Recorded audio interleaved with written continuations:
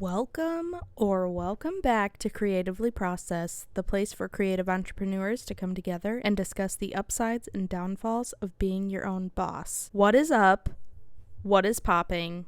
I hope everyone had a phenomenal week, and I'm so excited to talk about today's episode. Oh my gosh, it's gonna be so good. So much to talk about. So in today's episode, we are going to go over the weekly recap with work, media, habits, and obsessions. We're gonna go over my goals for the upcoming week.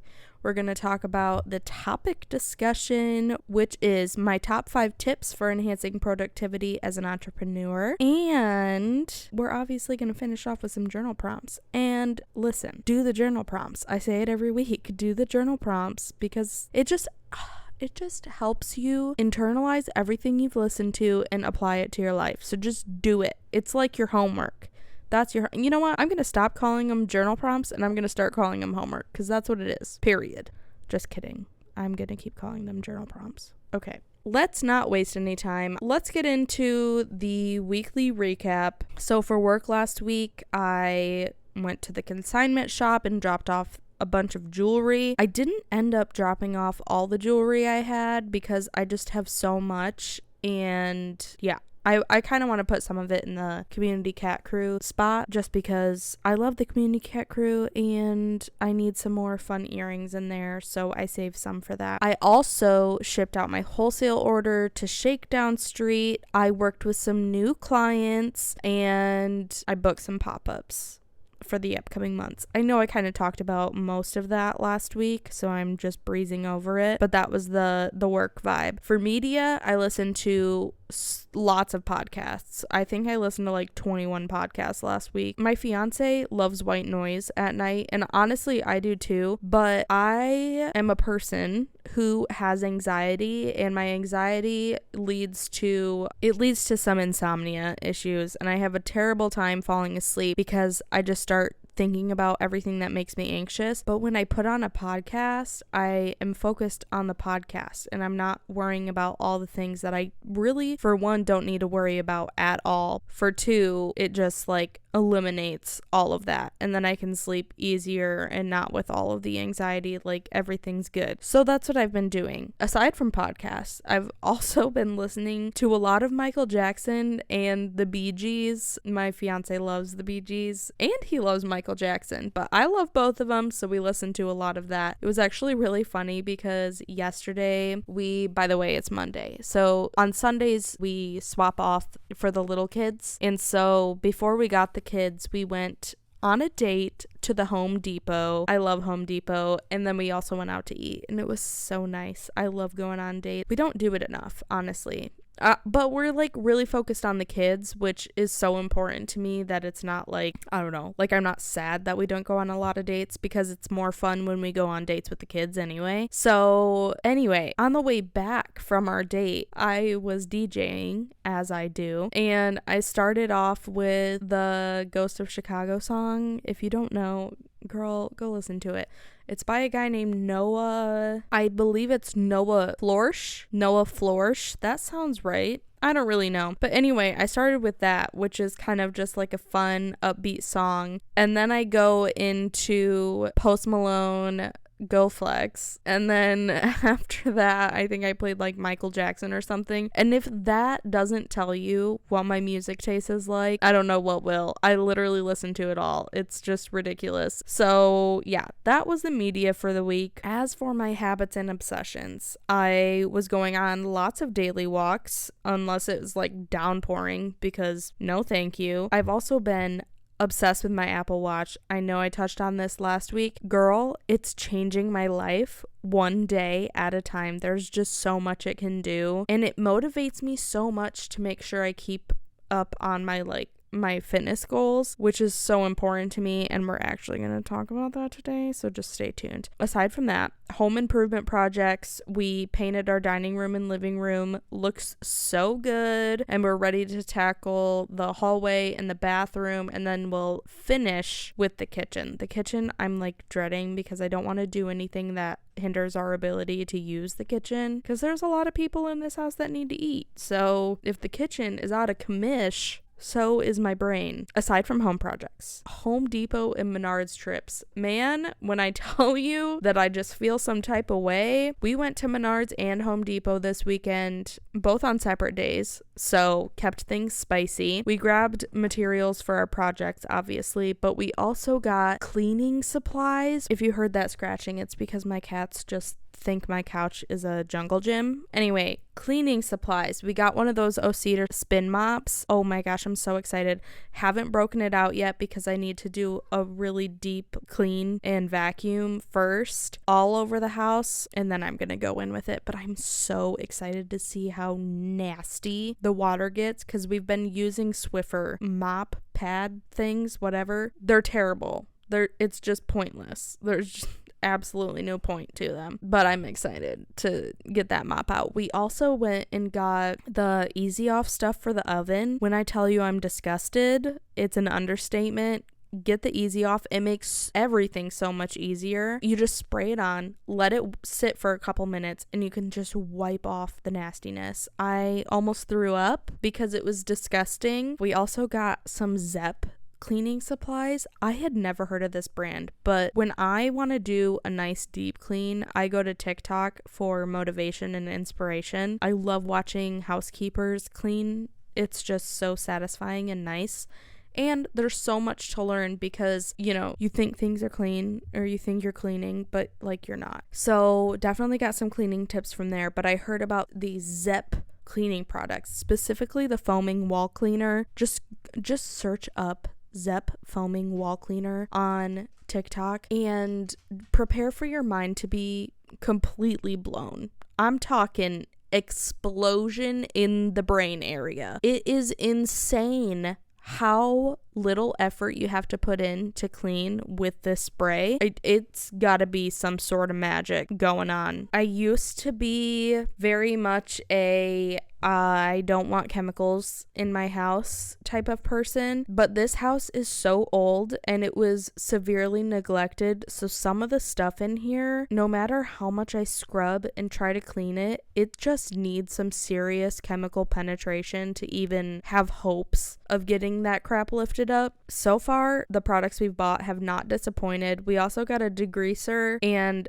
oh my gosh, it works wonders. And so yeah, I like to use those things for a deep clean, and then I like to use natural cleaners for like I'm wiping stuff down and just cleaning stuff up basically. Moving on, I've also been obsessed with smoothies. As I talked about last week, Josh, like I said, got me 5 bunches of bananas, and they're all finally ripe. So now it's time to put the bananas in the freezer so that they're ready for smoothies. I just have a whole shelf dedicated to smoothie ingredients, and it's my dream. The next thing that I've been obsessed with is decluttering and minimizing to kind of like enhance the room design. I've gotten rid of so much junk that I just do not need. And lastly, my last obsession is still playing Animal Crossings to unwind before I go to bed. It's just relaxing. I just love it. Now, for goals this week, I want to try to get some projects done ahead of schedule because next week is going to be absolutely insane, and I really need to figure out what needs to be done beforehand so I'm not worried about it when I have so much stuff to do. I have my bachelorette party. It's going to be like a retreat style bachelorette party. I'm bringing like my sound bowls. We're just going to have so much fun. I have so much planned, and it's going to be so good. And I also would really love to host retreats at some point. Y'all need to tell me if you would want to participate. Now it's time to move into the topic discussion, what we've all been waiting for. I'm excited. I'm going to give you my top 5 tips because productivity is obviously important when you are your own boss and you are your own manager and you're showing up for yourself and really not anybody else. I mean, there's clients obviously involved in entrepreneurism. Is that the word for it? I don't know. In the entrepreneurial journey, clients exist. So that in that sense, you are catering to other people. Also, if you have products, you have to cater to other people. But for the most part, if you're on top of your crap, you are showing up for yourself and nobody else. That's the whole point of being an entrepreneur, right? So how do we show up for ourselves better? Well, I've got 5 tips for you to kind of help you do that as best as possible. And I'm hoping that they're helpful because I think these things are really the key to kind of unlock that door of 1, success, obviously 2, productivity, but also balance. Like, it just helps you find balance. And man, has it been a journey to figure out how to balance everything. But girl, I think we've got there. I think things are good. I have felt so put together this year, and you know, I've had my business for I think almost 3 years.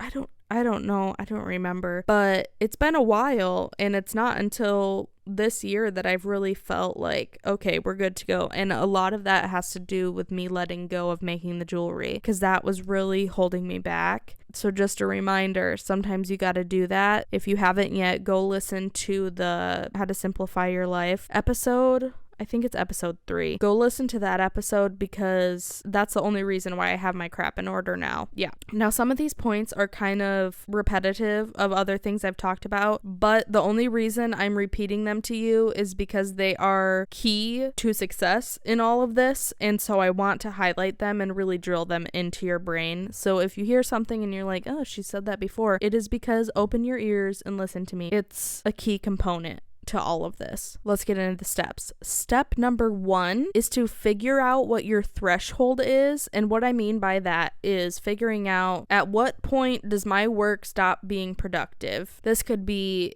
a time of day, but it could also be a circumstance. So for me personally, I really can't work productively when the family is home. Not because I don't love them, because I do, and that's the thing. Like, the kids need me all the time. I am that person to them where they come and talk to me about absolutely everything. Sorry, Josh, you know it, I know it. I cannot work and balance that, because if I can't be there for them 100% when they're in my home, I'm not feeling good. I don't feel like I'm living up to the standard of a parent that I want to be. So I have to maximize my productivity by only doing my business work while everyone is out at work or school or whatever. When my house is empty, that's when I'm on the grind, basically. Not to say I'm not on the grind otherwise, because there's stuff around the house that needs to get done, and you know, I need to take care of myself too. And so that's kind of what I focus on when the family's home. So that's step number 1, figuring out what your threshold is. You're gonna get a lot more done if you only work when you're in the productive mood, rather than forcing yourself to work when you want to do anything else. The next thing, number 2, is, and I can't stress this enough, make your to-do list the night before the next day. I do this every day. Sometimes I'll do it while I'm sitting down on my couch and I'm all comfy and I'm about to play Animal Crossing, but more often than not, I'm doing it as I'm crawling into bed. This is a game changer for me personally, because as I said, I'm an anxious person. I have a hard time sleeping sometimes. So the root of that anxiety is often all of the crap that I need to get done in the week or the next day or whatever. So it makes all of the difference to get the to-do list out of your mind and onto the paper. It could be your notes app, whatever you use to write your to-do list down, but just do it. Get it out of your brain. Most of the time I'll do a master list on Sunday, and this podcast honestly helps because I tell you all my goals, and those are like the big things that I want to get done for the week, but then there's also little tasks that I throw in with my daily to-do list. So it tricks your brain into getting into the more productive mindset because you're checking things off the list. So yeah, do that. Make yourself a to-do list the night before the next day so that you can give your brain some more room to breathe and rest. My next tip. This one, I mean, I'm going to tell you that all these things changed my life, but this one, man, tip number 3 is to make use of timers and alarms, like on your phone or whatever. It is one of the biggest things that's helped me keep the kiddos on track. So I'll like set timers or alarms for my stepdaughter's violin practice, for their reading goals, for homework. The youngest sometimes has trouble with wetting the bed, so I have an alarm that says, hey, stop having him drink water right now, otherwise you're gonna have to clean the whole bed. Timers to brush teeth, get them ready for bed. But now I've started to bring it into my work life, and it's just been such a game changer, especially for those open-ended projects that we have, like something that doesn't have a deadline, because I often get sucked into something, but the timer creates a boundary so that I'll still have time to focus on everything else that I have to do, and I'm not just focused on the one thing. Does that make sense? Let's say I'm working on a new drawing. Well, I could sit and work on a drawing for 3 hours if I really wanted to. I could do that, just nitpicking and editing and blah, blah, blah. But do I have to sit and do that for 3 hours straight, or can I do it for an hour and pick it up tomorrow? You know, I've said before, I love to let the creativity flow, and I really do. I'm not going to schedule myself like from 10 to 11, I'm going to sit down and draw on my iPad. No, that only works if I have a project that I have requirements for, or if I've already started the drawing and I know what direction I'm going in it. But let's pump the brakes for a second and make sure we're not neglecting the other things that we have to do. So set your timers and alarms. Make sure you have time to focus on all the tasks that you need to get done. This also works really well for bookkeeping because it's so boring. But if you set yourself like a 30-minute timer to go through some receipts, you're going to be so shocked at how much you can get done in that short amount of time. And then it's that much that you don't have to do later. The next one, which is something that I've already talked about in previous episodes. It is eliminating distractions. Now, eliminating distractions for this specific topic, I'm talking put on your do not disturb, keep your space tidy so you're not distracted by the mess, all of that stuff. Your texts and calls, those things can wait until you have the time to respond. You are not constrained. Unless it's like a client that you're heavily communicating with, that's part of your job. Do the communication. But do you need to,